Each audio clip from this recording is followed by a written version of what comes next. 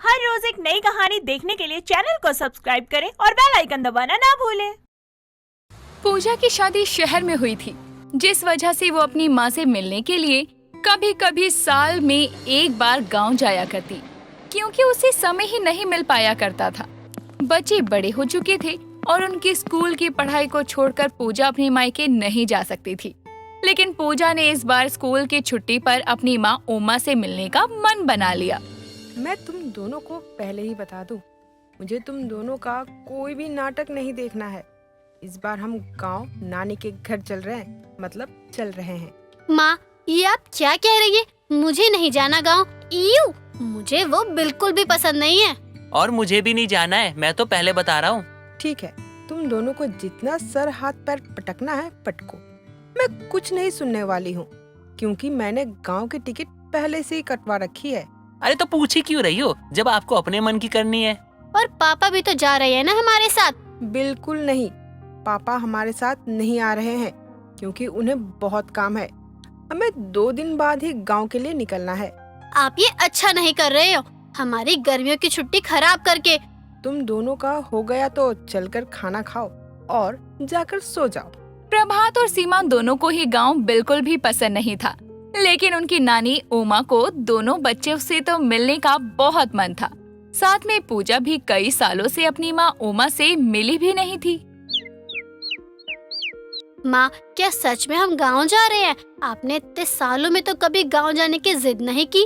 वो इसलिए क्योंकि जब भी मैं गांव जाने का नाम लेती हूँ तो तुम दोनों रोने चिल्लाने लगते हो। हमें गांव नहीं जाना है। सीमा, हमारी स्कूल की छुट्टियां तो इस बार बेकार जाने वाली है, क्योंकि माँ तो फुल प्लान बना चुकी है कि हमें नानी के घर ले जाएगी और हमारी छुट्टियां बर्बाद कर देगी। अब 2 दिन बाद ही पूजा अपने दोनों बच्चों के साथ गांव के लिए निकल जाती है और अगले ही दिन वो अपने मायके जा पहुंचती है। अरे मेरी लाडो रानी, आ गई तू। तुझे देखने को मेरी आंखें तरस गई थी। और मेरे चुन्नू मुन्नू कितने बड़े हो गए हैं। प्रभात, तेरा नाम चुन्नू मुन्नू है? तूने कभी बताया नहीं। बहुत अच्छा नाम है चुन्नू मुन्नू। दांत दिखाना बंद कर दे और नानी के पाँव छू ले। पहले तू छू, मैं तो तुझसे छोटी हूँ ना। उमा तो अपनी बेटी नाती नातिन को देखकर बहुत खुश होती है और खुश होकर अपने नाते नातिन के लिए अपनी तंदूरी रसोई में रात के खाने में नान और पनीर की सब्जी बनाती है। भाई, तुझे क्या लगता है नानी ने क्या बनाया होगा? वही उबली हुई सब्जी और सूखी रोटी जो गांव के लोग खाते हैं। क्या खुसफुस कर रहे हो तुम दोनों? मैंने तुम दोनों को कहा था ना, बिना वजह मत बोलना। अरे बिटिया, क्यों डांट रही है बच्चों को बिना मतलब का? बच्चे हैं, अगर ये नहीं बोलेंगे तो गांव वालों को कैसे पता चलेगा कि मेरे घर में मेरी बेटी और नाती नातिन आए हैं। माँ, वैसे खाने में क्या बनाया है? खुशबू तो बहुत अच्छी आ रही है। अरे बैठी क्यों है, निकालना और बच्चों को भी दे। पक्का नानी ने हमारे लिए बाहर से खाना मंगवाया होगा। अब जब पूजा सीमा और प्रभात को खाना देने लगती है तो सीमा खाना खाते ही अपनी नानी से कहती है, नानी, मुझे तो यही खाना पसंद है, प्लीज आप ऐसे ही खाना मंगवाया करो। हाँ नानी, ये तंदूरी रोटी है ना, और ये सब्जी, ये तो बहुत ही टेस्टी है। बोले तो एकदम झकास। माँ, सच में खाना तो वाकई बहुत अच्छा है। सच बोलो माँ, आपने ये खाना बाहर से तो नहीं मंगवाया है? क्यों आप पैसे खर्च कर रही हो? अरे नहीं बेटा, किसने कहा कि मैंने ये खाना बाहर से मंगवाया है, बल्कि ये तो मैंने अपनी तंदूरी रसोई में बनाया है। बस ये उसका ही कमाल है। माँ, आपने ये हाथों से बनाया है? मुझे तो विश्वास ही नहीं हो रहा है। सच में खाना खाकर तो मजा ही आ गया। आप भी लो ना एक तंदूरी रोटी। नहीं बेटा, मुझसे ज्यादा नहीं खाया जाता। तुझे तो पता ही है, जब मुझे पता चला कि बच्चों को गांव का खाना नहीं पसंद है तो मैं तुम लोगों के आने से पहले सारा दिन बच्चों की पसंद की चीजें देखती रहती थी। और ये तंदूरी चूल्हा भी मैंने अभी ही कुछ दिन पहले मंगवाया है। माँ, आपको इतना परेशान होने की क्या जरूरत थी? मुझे बिल्कुल भी अच्छा नहीं लगता कि मैं अपने बच्चों का उनका मनपसंद खाना ना खिला पाऊँ। और अब तो यहाँ भी शहर की सारी चीजें मिलने लगी हैं। हाँ माँ, ये तो आप सही कह रही है। चलो माँ, अब हम सोने चलते हैं। अब जब उमा बच्चों के कमरे में जाती है तो उमा सीमा और प्रभात से कहती है, बच्चों मुझे बताओ, सुबह तुम्हें अपनी पसंद का क्या खाना है? सच्ची नानी, तो आप मंगवा लोगी ना जो हम बोलेंगे? अरे नहीं नहीं यार, यहाँ कहाँ मिलेगा तेरे मनपसंद का पिज्जा। अरे यहाँ पिज्जा विज्जा कुछ नहीं मिलेगा। चलो ठीक है, मैं रामू से पूछ कर बताऊंगी कि यहाँ पिज्जा मिलता है कि नहीं। सुबह ही रामू को मार्केट भेज दूंगी। माँ, आप सो जाओ। ये बच्चे पूरे दिन भी खाते रहे तो इनका पेट तो भर जाएगा, लेकिन नीयत नहीं भरेगी।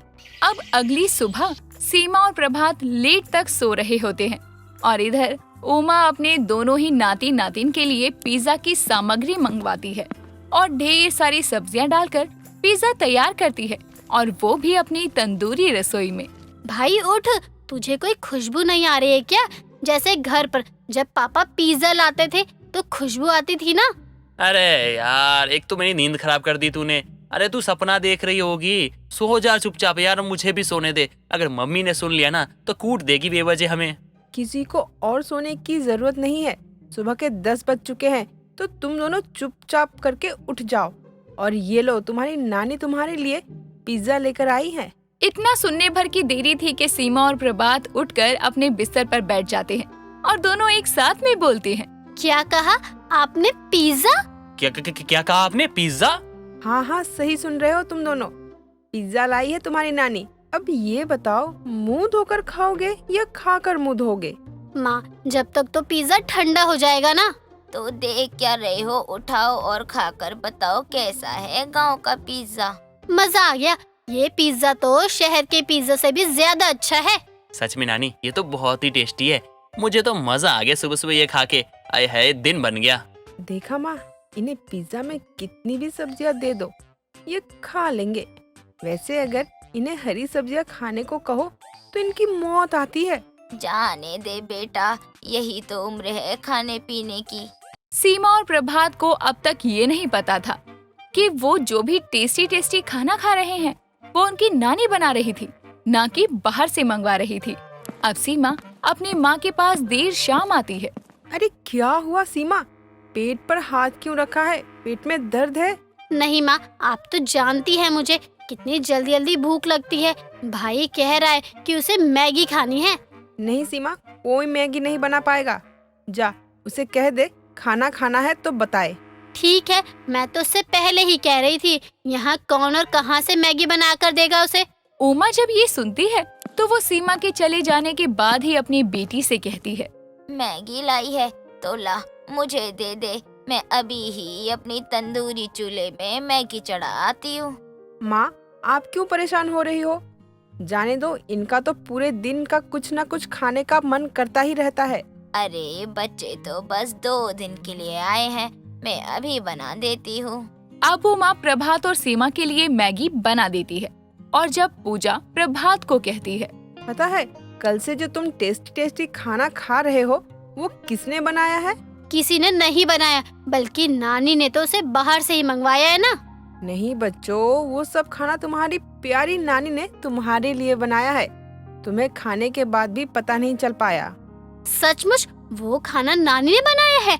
नानी आप तो बहुत बड़ी शेफ निकली।